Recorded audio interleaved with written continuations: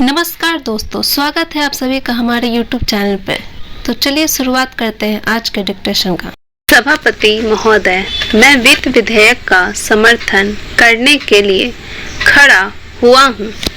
उत्तर प्रदेश की जनसंख्या बहुत बड़ी है और उसका क्षेत्र भी बहुत बड़ा है, इसलिए यह आवश्यक है कि उत्तर प्रदेश को उसकी जनसंख्या और क्षेत्र के अनुसार विकास योजनाओं के लिए केंद्र से आर्थिक सहायता दी जाए।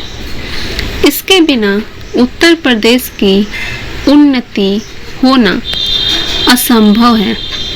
भारत का किसान इस देश का जीवन है। किसान पर ही सारी खुशहाली और उन्नति निर्भर करती है। अगर उसका जीवन समृद्ध होगा तो देश भी समृद्ध होगा। इसलिए यह आवश्यक है कि किसान के दैनिक जीवन की चीजें सस्ती हो और उसके खाद और कृषि यंत्र आदि सस्ते दामों पर मिल जाए। पानी के लिए उसको भगवान की तरफ न देखना पड़े, बल्कि उसको सिंचाई के विषय में आत्मनिर्भर बनाया जाए।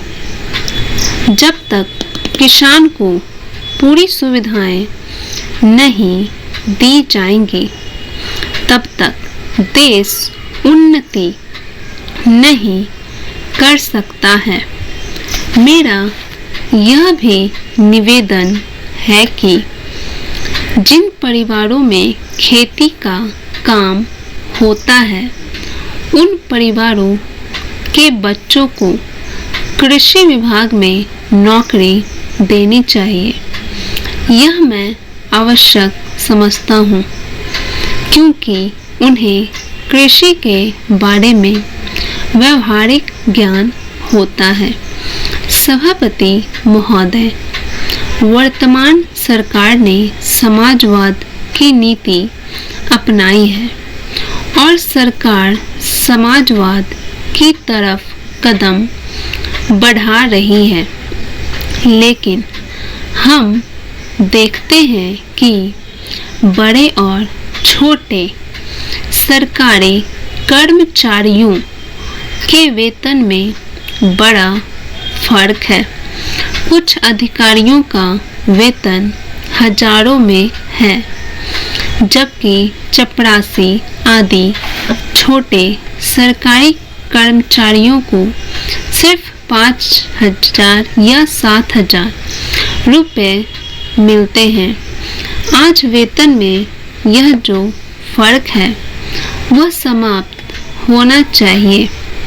मेरा निवेदन है कि सरकारी कर्मचारियों के वेतन में बहुत ज़्यादा का अंतर नहीं होना चाहिए।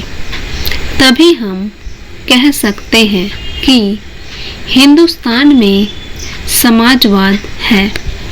किसान की रोजाना के उपयोग की चीज़ें बहुत महंगी होती जा रही है। देश में महंगाई दिन प्रतिदिन बढ़ रही है और सारे देश में बेचैनी फैली हुई है। इस बढ़ती हुई महंगाई को रोकना आवश्यक है, नहीं तो देश में क्रांति हो जाएगी। आप इस सच्चाई को छिपा नहीं सकते कि आज देश में चारों तरफ बड़ा असंतोष है और लोग बड़ी आशा से हमारी तरफ देख रहे हैं, लेकिन महंगाई हमारे निरंतर से बाहर होती चली जा रही है। देश में काले धन की बड़ी चर्चा की जाती है, उसको निकालने के लिए बड़े प्रयत्न किए गए हैं। सभापति महोदय, सरकार इस स्थिति में नहीं आई है कि वह कह सके कि देश में काला धन नहीं है। काले धन को निकालने के और प्रयत्न होने चाहिए, लेकिन उसके साथ साथ इस देश में भी कदम उठाए जाएं कि ऐसे कामों पर रोक लगाई जाए जिससे लोगों को काला धन कमाने का अवसर ही न मिले। आज हमारे देश के विभिन्न प्रदेशों और क्षेत्रों की स्थिति में बड़ा अंतर है। इस अंतर को समाप्त किया जाना चाहिए। मुझे आशा है कि वित्त मंत्री महोदय मेरे इन सुझावों पर अवश्य ध्यान देंगे।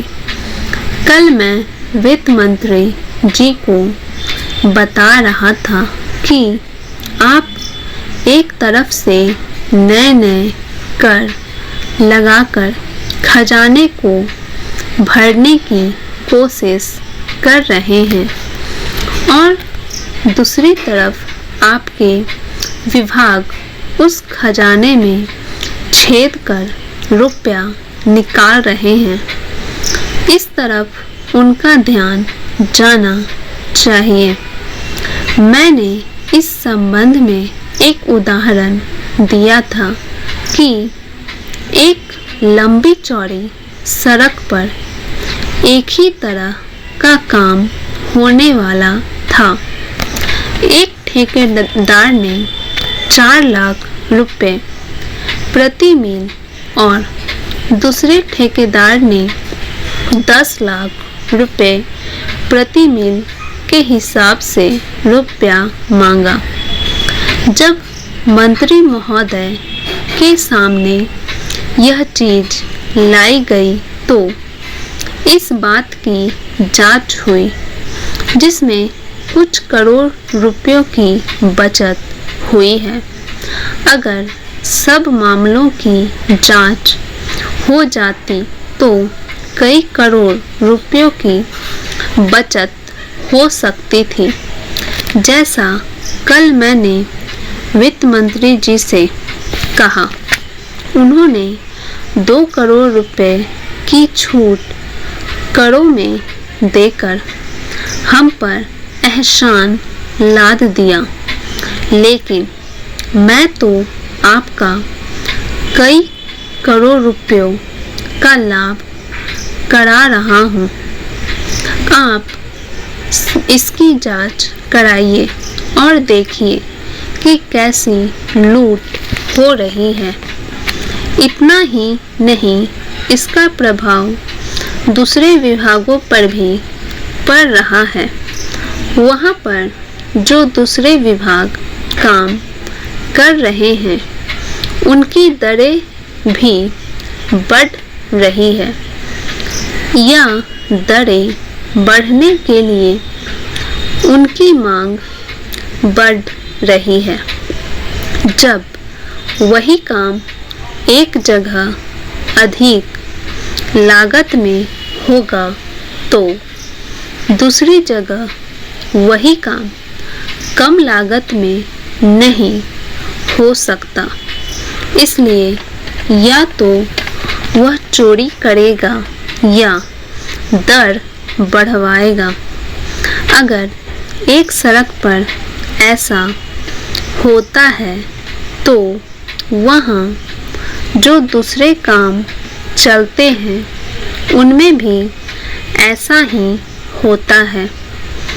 ठेकेदार आपके विभागों के साथ मिलकर दर बढ़ाते हैं। मैं भ्रष्टाचार की बात नहीं कहता हूँ, उसको न आप बंद कर सकते हैं और न मैं बंद कर सकता हूँ और न लोग